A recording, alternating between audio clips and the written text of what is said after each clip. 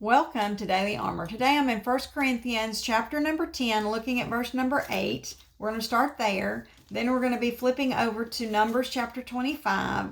Then, Lord willing, we'll be looking at Deuteronomy 4:3 and also Joel chapter 2, verse number 17.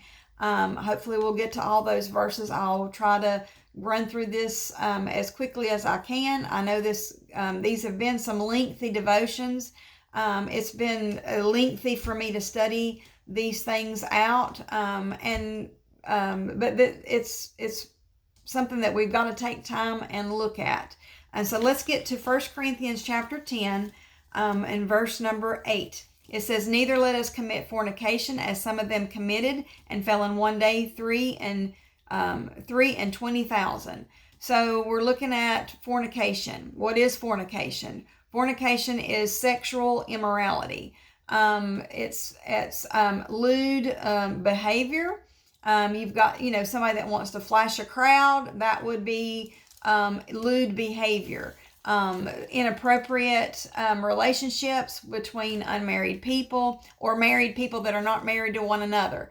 Because some are like, well, we're married. I'm like, well, you're not married to each other, So that's lewd behavior. Inappropriate and behavior with between adults, with young people. I mean, it could just it encompasses a little bit of everything. Adultery, all of these things that are to be precious and private between married people, the way that God intended them to be. He did not intend that to be something that we take outside of the marriage. It's just for the intimacy of a married couple. And so I'm not going to get into a lot of details. We will see that these other nations practice some pretty lewd behavior, prostitution. Just the list is never ending. And it just clouds my mind. I don't want to ponder on these things, but you understand we're talking about lewd behavior and a sexual content. So this could encompass anything and everything that is inappropriate in God's eyes. It's what He has said that He did not want, to be a part of our lives. He has set the boundaries. He has set the standard. And we go by the Lord's standards, not what we want, like a rude comment, a bad joke. All that is lewd conversation. It's lewd actions. It's, so this is what this is speaking about. And we're going to be looking at a scenario that happened in Numbers chapter 25 and how the Lord dealt with it. And He takes this very, very seriously. And so if He takes it serious, it's something we have to take serious. And if you're like myself, you're married, you don't have any relationships outside of your marriage, then just understand that at any point, even as we're older, even if my spouse, if my husband passes away before I do, or if I pass away before my husband does, one of us is going to go first unless the Lord comes back. But whichever one of us goes first, the one that's left behind can't just say, well, now I can just date and have a relationship with whoever I want to. That would still not be inappropriate in the eyes of the Lord, and that would still be going out away from the Lord of what He wants. He wants us to do things within the realms of marriage. So for me, if my husband passes away before I do, then I will have to, if I was to and I have no desire that I would think that I think I would be able to be able to live on my own. But if something come along, and somebody was like, well, why don't you just go out with such and such? I don't think that's going to be for me. But if it was, then it would still need to be required for me to do it within God's standards. And not having sex outside of marriage is still one of His standards. Now, it's not common practice in our world today. It's generally acceptable practice in our world today. That does not mean that it's acceptable practice in the eyes of the Lord. And that's what we're speaking about, is how does the Lord view this? And we need to keep things within that realm. Now, my hope is that I will never need that relationship to another relationship past my husband. I don't have any, I'm not giving it much thought, but I do know if the day was to come that I would have to make that choice, that I would need to be married again. And it makes me want to vomit to think about being married again to anybody else but my husband. I cannot imagine. I don't want to imagine. That's the whole thing, is I don't even want to imagine. We don't need to let our imaginations run wild. But when we cross that bridge, we can go back to scripture, and I've got it wrote down. I can go back to scripture of these things that the Lord does not want me to have a part of my life. He does not want me to lust after evil things. He does not want me to be an idolater, to look to anything else or anybody else for answers, for guidance, for direction, for worship. I am to give all of that to Him. Not self, not spouse, not family, not friends, not anything or anybody else deserves that worship but Him. And He does not want me to commit fornication. He does want me to keep that relationship that I have with my husband, that is to remain private and personal, and it's intimate and it's special between spouses, between a married couple. It's precious, and it speaks of our relationship with the Lord. How he values that as being precious, and to take that part outside of the marriage vows at all, it goes against what the Lord has for us. So let's look at our example that is given to us in Numbers chapter 25. We're going to hop over to Numbers chapter 25.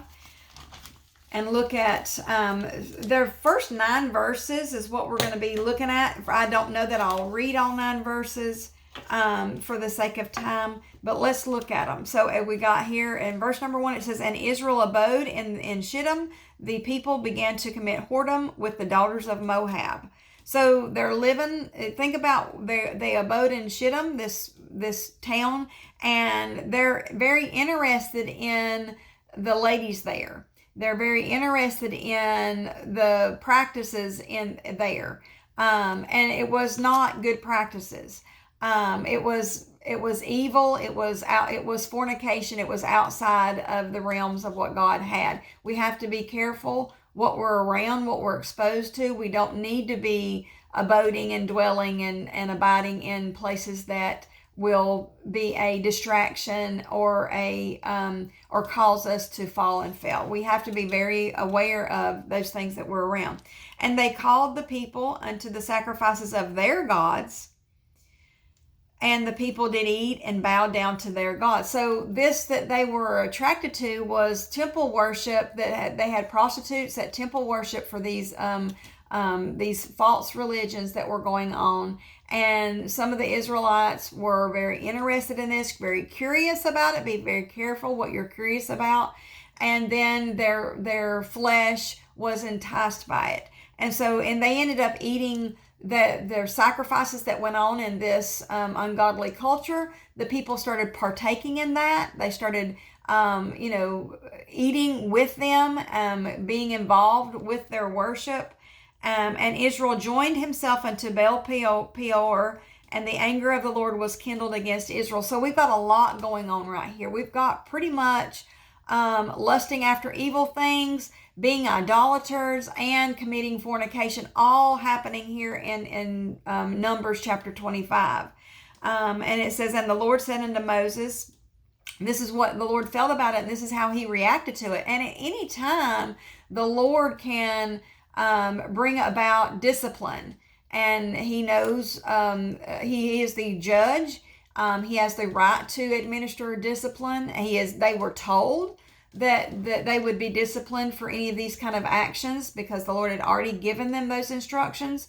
And they were told, and they knew about it. They kind of going in with eyes wide open, but their flesh was enticed where they were just they let their curiosity get the best of them and led them down the wrong path. As we all live in this flesh. And so, I know the things that entice my flesh, pastries and cakes and ice cream. And so I can't go to I don't find myself at the donut shop and at the ice cream parlor because my flesh is enticed by those things. And so I have to stay away from those things. So Israel joined themselves up. And the verse number 4 says, and the Lord said unto Moses, take all the heads of the people and hang them up before the Lord against the sun, that the fierce anger of the Lord may be turned away from Israel. And Moses said unto the judges of Israel, slay ye every one his men that were joined unto Baal Peor.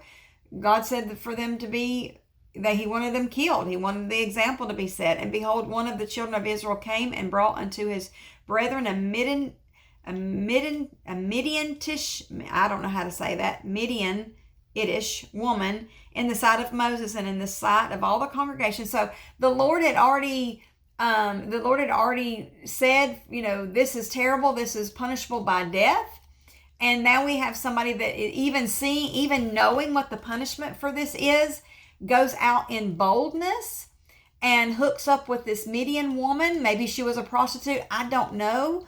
And brings her home in the sight of everybody, in front of everybody. And it says unto his brethren, this is right to the home, right to the family, in the sight of Moses, in the sight of God's man, in plain sight for everybody to see, and in the sight of all the congregation of the children of Israel, who were weeping before the door of the tabernacle of the congregation. All of this is going on. God's wrath is being administered to those that are guilty, and we have a group of the congregation of Israel that they are weeping at the door, and that's kind of what I want to concentrate on today, is they're weeping at the door. It says weeping before the door of the tabernacle of the congregation. They are interceding in prayer. They are weeping to the Lord. They are crying out to the Lord, save thy people, help us. They are crying. They are interceding in prayer. They're not standing around gossiping about it. They're interceding in prayer. And that's what we need to do. I need to intercede in prayer on others' behalf, but I also need to intercede in prayer on my behalf. Lord, help me that I don't fall down these roads. Help me, be more careful with the way I say things, and help me to be more careful with my thought pattern. I want to stay away from this kind of lifestyle. Even if something happens to my husband, I don't want to think that this is ever would be okay, because it's not. You've made the statutes. It's your judgments. It's your it's what you have set the standard, and help me to, to stick with that, and help me to pray for others that have fall trapped to this, thinking, well, it's okay, and I'm getting by with it, and the Lord's not reprimanding me about it yet. Well, the Lord can at any moment. And so, and I pray, and I have some that I'm praying for about these kind of situations, and I'm praying for the Lord to be merciful and help them, and to, for them to ask for forgiveness and set things right.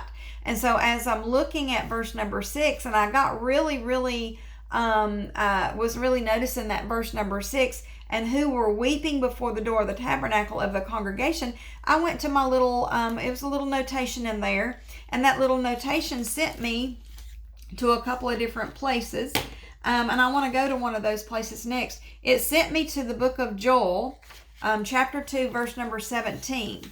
And Joel chapter 2, number 17 says, let the priests, the ministers of the Lord, weep between the porch and the altar, and let them say, spare thy people, O Lord. They're praying, spare thy people, O Lord, and give not thine heritage to reproach, that the heathen should rule over them. Wherefore should they say among the people, where is their God? Lord, don't let them be so far out there. Help, save your people, save us. Save those that are, that are thinking wrong, that are acting wrong. Lord, you're the judge. You know how to do it. We're not placing judgment. I'm not pointing fingers. I'm praying. That's what the Lord was leading me yesterday, just overcoming me with the, with wanting to intercede in prayer for my family that is falling trapped to these kind of circumstances, praying for the Lord to save them and help them. And so this is really interceding in prayer is what the Lord is helping me with. And then I am praying for myself to not fall into any kind of these traps, because I'm still in the flesh. It's still, it still is something that we need to be aware of and that we need to be prepared in prayer for. And the Lord has given us all these examples to help us. Another place that the Lord took me to was Deuteronomy chapter 4.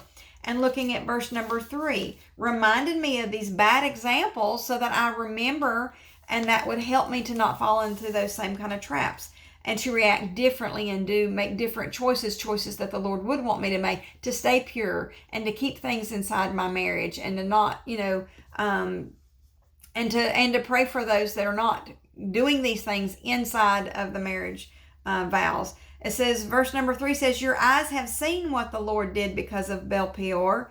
For all the men that followed Baal Peor, the Lord thy God hath destroyed them from among you. He's like, you have seen with your eyes the destruction. You have seen with your eyes the discipline that God administered, because he is the righteous judge. And let that be a lesson to you, that you not fall into that same trap. That's what these examples are being given. That's what this 1 Corinthians chapter 10, what these verses are trying to tell us is, let this be an example that you don't follow. And there's lots of examples out there in life of things that we don't want to follow down those same roads. Let us make those, opposite choices in our life, because we're all subject to it. We all are capable of it. We're not pointing our fingers and says, well, I would never do that. I'm saying, I don't know what I'm capable of. I know what I want to do, and I know what I don't want to do. But at the same time, the enemy knows how to put some circumstances together, and we can fall into some traps if we find ourselves in the, going to the wrong places, letting our curiosity get the best of us. Well, I just like to stop and see what's going on in there. I'm like, what are they doing? I mean, we can be curious about things, and we'd be like, oh gosh, I wish I'd never seen that. Or I wish I'd never been exposed to that. I wish I'd never heard that. And that's in things that we watch on TV, movies that we watch. We go to the movies. I try to be very, very careful. The pastor and I, we do go to movies. We're try to be very, very careful, and we're very limited in what we'll watch. It's because we don't want to be exposed to this stuff. We don't want to let our minds go there. We don't want to have it taint. Because the flesh gives me enough trouble as it is. It really, really gives me enough trouble as it is.